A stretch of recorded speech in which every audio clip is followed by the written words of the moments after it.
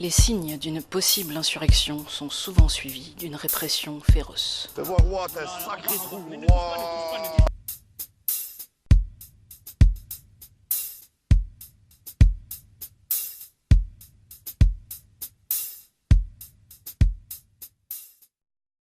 Nous accusons le ministère de l'Intérieur de jeter de l'huile sur le feu et de permettre d'avoir une forme de tolérance, je dirais, inhabituelle à l'égard de ceux qui font usage de ces armes. Il y a des policiers qui ont le sentiment qu'aujourd'hui, ils sont couverts. C'est-à-dire que je pense qu'il y a une forme de zèle dans la répression des manifestants. Je dis que je n'ai aucune raison de cautionner ou d'avaliser un collègue qui ferait usage de son arme et qui... parce que c'est quand même...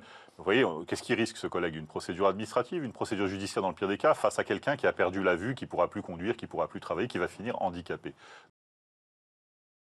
Donc nous, on a appelé à la modération en disant aux gens, bon, prenons un petit peu de hauteur, arrêtons l'idée qu'il y aurait de propager l'idée qu'il y aurait deux camps, et puis ensuite on appelle au meurtre de part et d'autre. On a dit aux gens, bon, redescendez un peu sur terre, là, c'est bon, on n'a pas en face de nous des criminels ou des terroristes, on a des manifestants, donc arrêtez de dire qu'il faut les tuer, qu'il faut leur coller des bastos, quand bien même ce serait des paroles en l'air. Coller des bastos, en général, c'est pour tuer, je sais pas. Oui, moi aussi, j'ai l'impression quand on dit ça. Alors que le pouvoir n'a que le mot démocratie à la bouche, le simple fait de manifester peut se solder par la perte d'un œil ou d'une main ou d'autres blessures graves. L'individu, quel qu'il soit, c'est triste, c'est personnel, bien évidemment que c'est triste, mais un individu, quel qu'il soit, qui récupère, qui tente de reprendre à la main une grenade lancée par les forces de l'ordre, non mais il cherche sa perte, le type. Au bout d'un moment, il faut le dire. Si la grenade lui est arrivée directement dans la main, oui, on pourrait effectivement poser des questions, mais là, il se penche, on le voit, les images parlent d'elles-mêmes, il se penche et récupère. Je vais être très cru, mais c'est bien fait pour sa gueule. Pour essayer de... Mais si, il faut le dire. Et s'il la récupère, monsieur, qu'il le renvoie sur les forces de l'ordre? La première question à se poser n'est-elle pas pourquoi les forces de l'ordre sont-elles équipées de grenades à l'encontre de la population civile?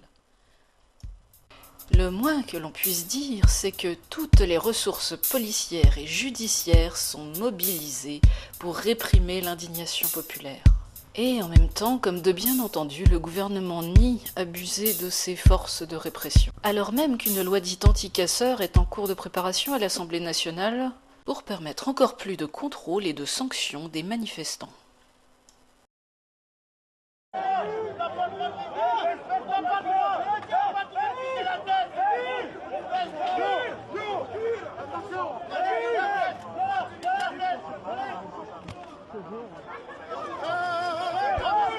La guerre ne se limite pas aux armes. La guerre, c'est aussi la communication. Nos despotes sont bienveillants. Voyons un peu comme ils nous aiment.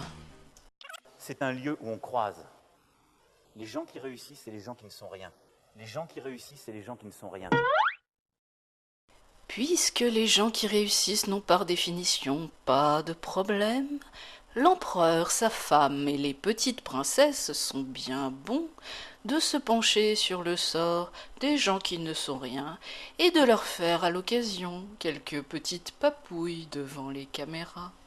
Il faut se montrer proche du public, y compris en participant à des émissions qui ne sont pas réputées pour leur sérieux. Merci pour lui, monsieur Macron. Merci d'être là, en tout cas, c'est courageux de votre part de venir. Vous voulez vous asseoir, peut-être? Ça va, jusqu'ici. Très bien, très bien. Alors, est-ce que vous voulez nous dire un petit mot avant de démarrer? D'abord, merci. D'abord, bonsoir. Bonsoir et merci de m'accueillir. Merci à vous déjà, Cyril, parce que vous n'étiez pas obligé de dire oui à ma proposition. Effectivement, on a eu pas mal de commentaires et de réactions un peu épidermiques et pavloviennes en ma direction, mais en la vôtre aussi. Salut, c'est Kevina. J'ai 16 ans, je suis célibataire endurci. Salut, c'est Julie. Moi, je sors avec Cédric depuis 3 jours et c'est déjà le big love. Marlène Schiappa invite tout un chacun à participer aux ateliers du grand débat national pour trouver ensemble des solutions concrètes et ensemble se retrousser les manches. Même quand les médias vous crachent à la figure et que la police vous cogne dessus, il faut penser printemps, les enfants. Moi, je sens que dans ce mouvement des Gilets jaunes, il n'y a que des perdants. Parce qu'au fond, on est dans une société de haine. Vous n'imaginez pas, moi, tout ce que je vois passer sur les réseaux sociaux, toutes les lettres que je reçois, même à ma maison personnelle, où il y a mon épouse, où il y a une de mes filles. Même à elle, on adresse des lettres d'insultes, des lettres anonymes, de menaces. Il y a cette violence-là. je pense qu'elle nous fait perdre tous, autant du côté des Gilets jaunes que du côté des institutions, du gouvernement. Moralité, il n'y a pas de citoyens qui s'indignent avec raison, il n'y a que des haineux de la pire espèce.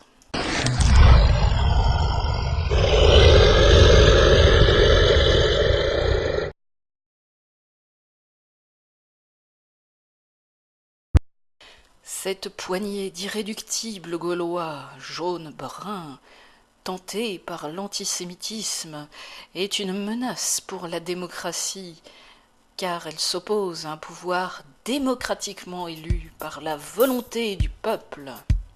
Les élus qui vous guident et les journalistes qui vous informent savent ce qui est bon pour vous et la démocratie. Remettez-vous-en à eux en toute confiance. Il était une fois le pays des Eurolapins. Les Eurolapins, ils vivaient dans la paix et la prospérité. Un peu plus à l'est, un danger bien concret les guettait. Imaginez Kim Jong-un qui ferait des discours pendant 7-8 heures, qu'est-ce qu'on dirait pas? On dirait, c'est la Corée du Nord, on est dans une dictature. En France, on a un président qui monopolise les médias, qui est retransmis en direct pendant 7 heures. Et on ne trouve rien à redire. Et surtout, on nous dit que c'est un débat national. Mais monsieur, vous savez ce que veut dire le mot débat? Débat, vous et moi, nous débattons. Et c'est un débat contradictoire. Mais lorsque vous avez des gens qui posent des questions et que le président y répond, c'est une conférence. Parce que si vous enlevez le public... Et donc du coup, les médias sont complices de ça, quoi. Mais bien sûr. Regardez Yves Calvi, ce qu'il fait sur CNews. Lorsqu'il se permet de dénigrer les gilets jaunes, est-ce qu'il est dans son rôle de journaliste? Est-ce qu'il est un militant macroniste ou est-ce que c'est un journaliste? Je rappelle qu'il existe une charte, la charte de Munich, qui dit que les journalistes ont pour mission d'informer afin que la population puisse se faire sa propre opinion. Et pour vous, ils n'informent pas? Ils n'informent pas. Ils font de la propagande ou pas? Bien sûr qu'ils font de la propagande. Ils font du militantisme journalistique. Et j'enlève le mot journal. Parce qu'encore une fois, il faut que les journalistes reviennent à leur véritable essence et profession. Informer la population afin de réveiller le libre arbitre. Donc ce n'est pas Yves Calvi de me dire si les gilets jaunes c'est bien pour le pays ou pas. Lui, il doit juste donner les informations afin que moi, citoyen, je me fasse ma propre opinion. Donc les journalistes n'ont pas à nous faire la morale, ils n'ont pas à nous dire ce qui est bien, ce qui est mal, ils n'ont pas à nous dire quel système économique est mieux pour le pays ou pas, quel parti politique je dois voter ou pas. Ce n'est pas leur mission. Ne prêtez pas l'oreille aux esprits chagrins et réjouissez-vous de la paix et de la prospérité que l'Union européenne vous apporte, mes petits lapins. Faites de beaux rêves bleus aux étoiles d'or.